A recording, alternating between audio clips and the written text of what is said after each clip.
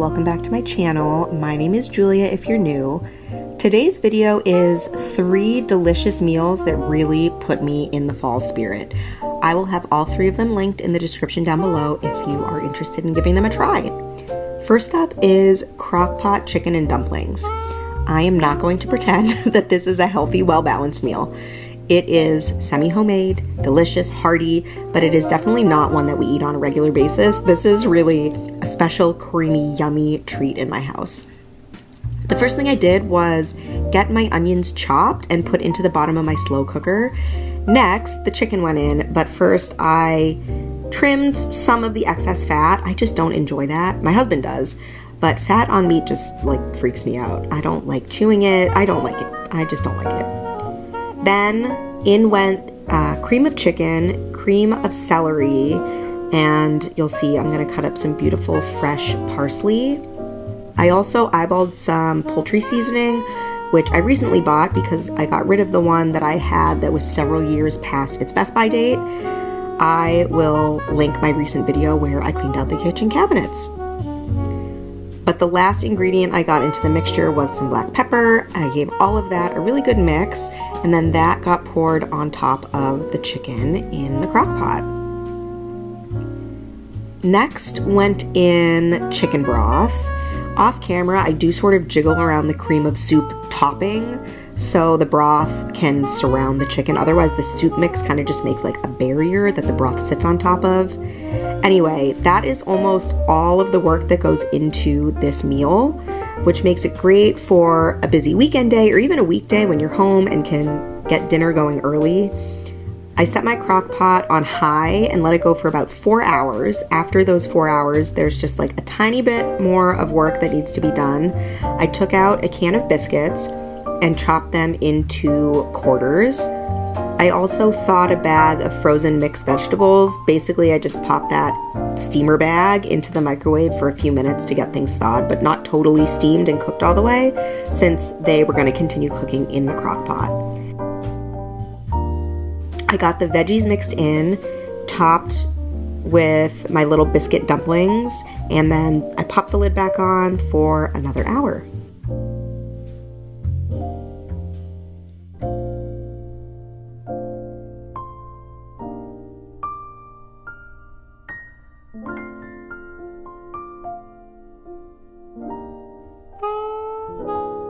After 5 hours total in the crock pot, that's 4 hours before adding the veggies and biscuit dumplings, and another hour afterwards, I carefully shredded my chicken. It's hard not to disturb the dumplings when you do this, but I tried my best, and I got everything added back into the slow cooker, tried to mix it around a little bit, and I put everything back in with the lid on until we were ready to eat. This meal is truly like a warm hug for me. It is like all the best parts of a creamy chicken soup. Plus you have those delicious doughy dumplings that give you it's just this really hearty kind of stick to your ribs feeling. I have not made this recipe in a couple of years, and my husband was so happy when I said I was gonna make it again. He really enjoyed this dinner, and the leftovers were gone really quickly too, which means it was definitely a winner.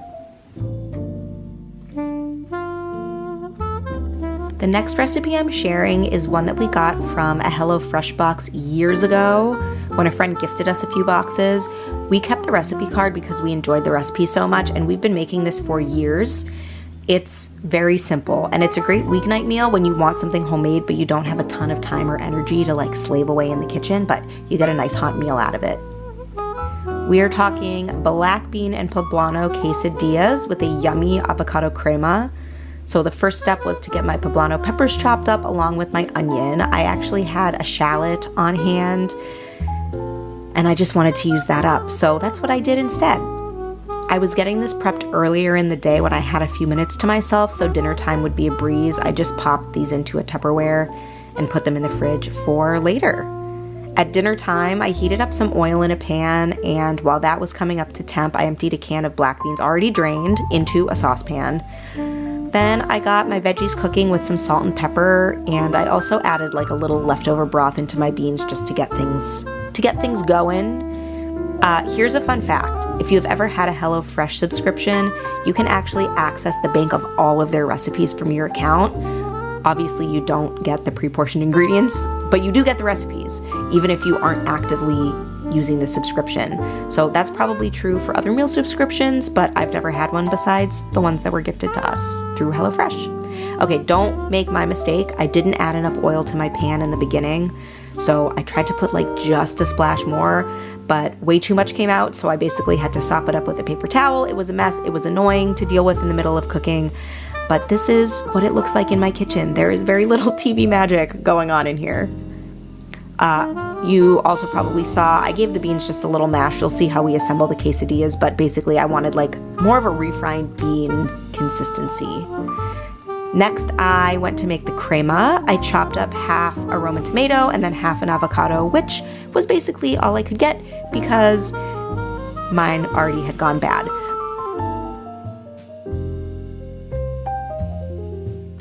I mashed that up. I mixed in some plain Greek yogurt into the avocado, but you could also use sour cream. I just already had yogurt on hand, so I didn't want to purchase anything additional.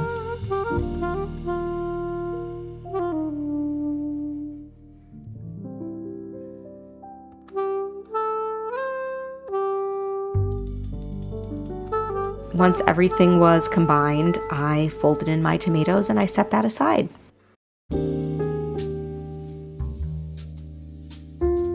My veggies were cooked, so I set those aside as well, and I put a large flour tortilla in my pan that already still had a little bit of oil left in it. Once it started getting warm, I spread some of the beans on half. You'll see that's why I wanted it more of a paste-like consistency, so I could spread it. And then I added my cooked veggies and topped with shredded cheese. I had mozzarella on hand, but you can use whatever you prefer or whatever you have available. You'll notice that I often take liberties in the kitchen. Use what you have. Use what you like. Cooking doesn't have to be so rigid. Make a recipe work for you. I fold the tortilla in half and I let it brown on that one side. And I add a second tortilla to the other half of the pan and repeat that whole assembly process. I let those cook until both sides are golden brown.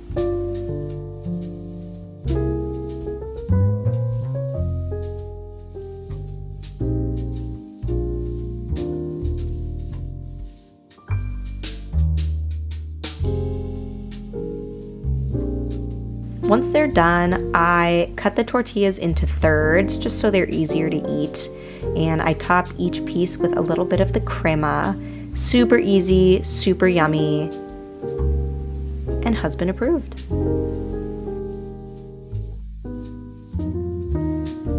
The final recipe I'm sharing with you today is a butternut squash soup that is another slow cooker meal.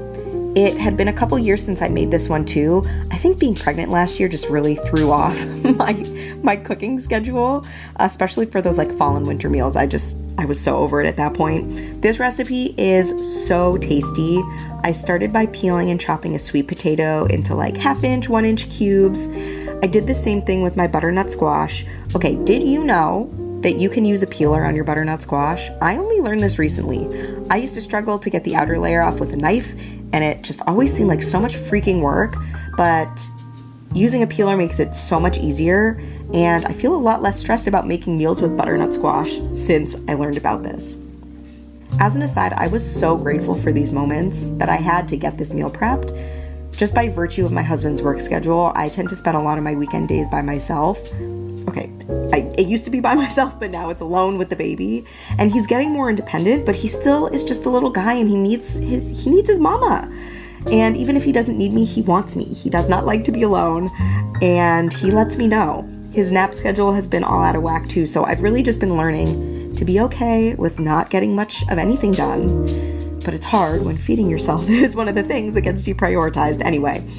This day, I honestly had just enough time to get this meal prepped in the crock pot while he napped. Like, it was comically good timing. When I got things started, I didn't know exactly how much time I would actually have, which is why I started with the sweet potato and the squash. But actually, for the average person cooking this meal, it makes more sense to start with the onion and then prep those other items while the onion is sautéing. So that's the next step here. I diced a sweet onion, and once that was chopped, I got it sauteing with just a couple of tablespoons of butter. So even though this is a crock pot meal, and I technically don't need to cook the onions separately, and I add garlic to this in just a minute, doing this adds a tremendous amount of flavor. Everything in the crock pot just sort of softens together, but you don't necessarily develop like a rich, savory flavor like you would get from sauteing and browning onions in butter. So I don't recommend skipping this step, even though I think technically your soup would still turn out and your onions would cook totally fine if you just put everything in the crock pot. But this step is a good one.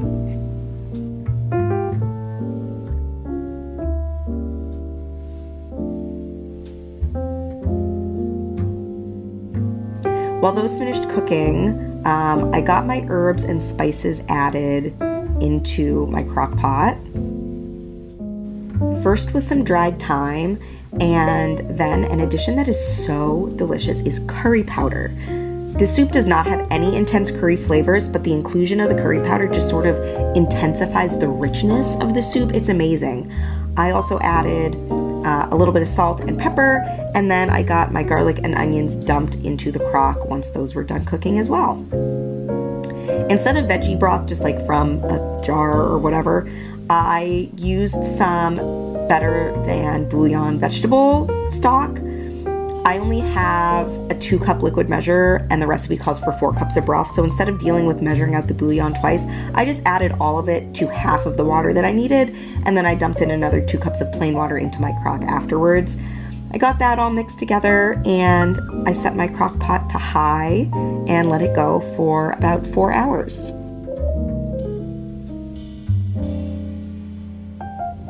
Once everything was nice and soft, I transferred the contents to my blender. The recipe calls for an immersion blender, but I don't have one of those.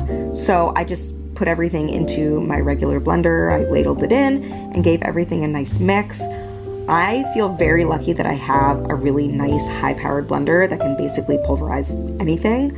But these ingredients are all very soft at this point, so any blender should do. It does help to have a larger capacity blender, just because you can sort of fit it all in one go. Once it was totally blended, I threw in some plain Greek yogurt. Again, this is another recipe that calls for sour cream, but I had Greek yogurt on hand, so that's what I used. It really is a great substitute. I even use it on like baked potatoes and stuff like that. And I ate a lot of microwave baked potatoes during my first trimester of pregnancy. I had crazy food aversions, and it was a dead ringer even for like my extra sensitive taste buds. Okay, long story short, I got the yogurt blended into the soup, transferred it back into the crock pot to keep warm until it was time for dinner. I served this up with some fresh homemade bread. I can link a recent video where I share the recipe for this bread if you're interested. I also put another little dollop of yogurt in my bowl just for garnish and a little extra burst of that like freshness. So beautiful, a delicious meal, perfect for fall. Do you have a favorite fall meal? I would love to hear about it in the comments. If you like this video, please consider subscribing. It really does help my channel grow and reach more people. I hope I'll see you in the next one. Bye guys.